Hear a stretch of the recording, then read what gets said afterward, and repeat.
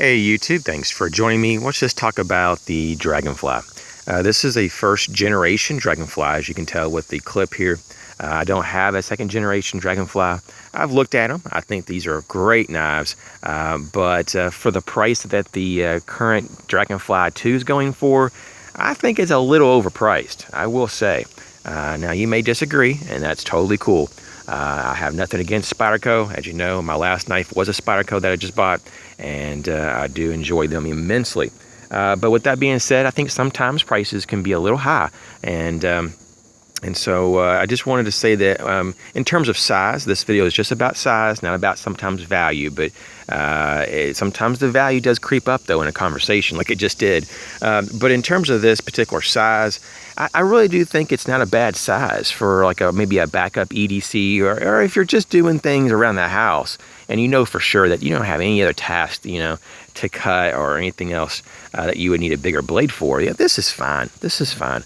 Even for a lot of people, I know that they use this type of size as their only knife. And so if this is your only knife and this is your primary knife, then so be it. That's fine. But for me, because I have extra large hands, it does seem to be a little bit more tedious to get comfortable with a grip. Now, maybe it's just because this is the first generation and it doesn't have the jimping, which I really like, on the thumb ramp. And it doesn't have the jimping on the choil. But besides that, though, it's not bad. It's just maybe because the size of my hands make it a little difficult to just feel like, and I think it's not even almost even the length per se, even though it's a little bit of the problem. It's just, look how thin it is. It's just so thin. And I just can't get my long, stringy, spider-legged type of fingers around it. It just doesn't, here, I'll put it in my hand and I'll show you. Okay, now in this configuration, I can get 3 fingers on it. And this one kind of dangles, and I can kind of get my thumb where it feels comfortable.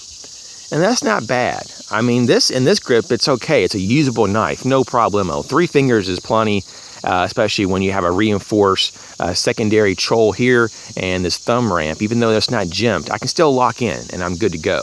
It's real funky, though, when I choke up here to the first primary choil, if you want to even call this. I mean, it is a choil, but it's a traditional choil that you can choke up.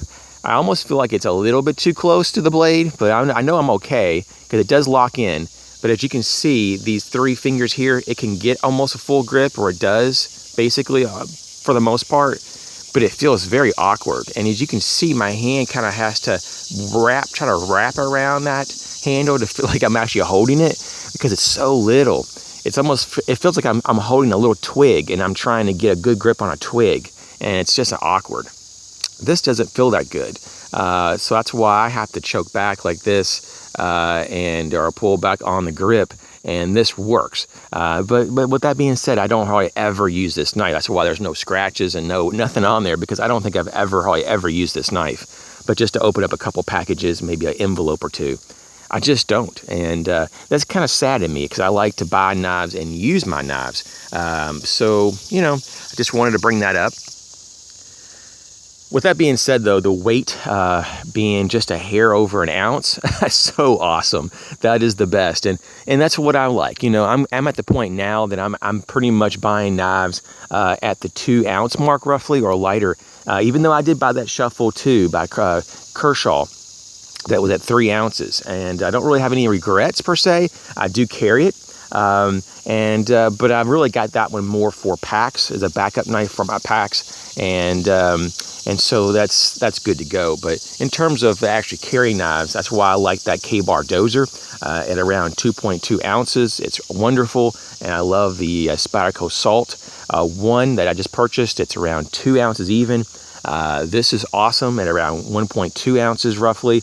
And that's why I want to like this. But it's just the form factor, and it's just like you could actually go too thin, and it's just a little bit too short to really feel like for example, I have to really kind of fumble just a little bit to feel like it nests in my hand enough to get the actual opening. It opens up just fine one-handed, but I kind of have to position it and almost embed it in my palm enough to feel like, okay, I can push off safely. So, I mean, yeah, it's a great knife though, you know, and no one's saying it's not. But everybody has their preference too, though. And if I was just to be honest with you, I'd say that because of this size and this the way that it's formed and everything, it just isn't the most usable for me personally. I have been tempted to kind of check out the Ladybug or the Man Bug that Spyderco makes, but then whenever I come back to this knife and go, okay, I have a hard enough time opening this, there's no way that I'm going to enjoy one of those little knives, unless I just need another keychain knife, and I already have a Spyderco Bird Finch, which just works just fine for that applications. And so with that, thanks for watching. Do you ever have knives like this, or does this knife itself lend you to kind of make it feel, or do you feel like it's a little bit awkward to deploy or to hold in different positions? I know every knife feels a little different to everybody's hands, but to me, it's just it's like I love everything because it is so light and so small, but I guess it's just because of my hands, it just doesn't work for me. And so with that, you guys take care. Catch you real soon.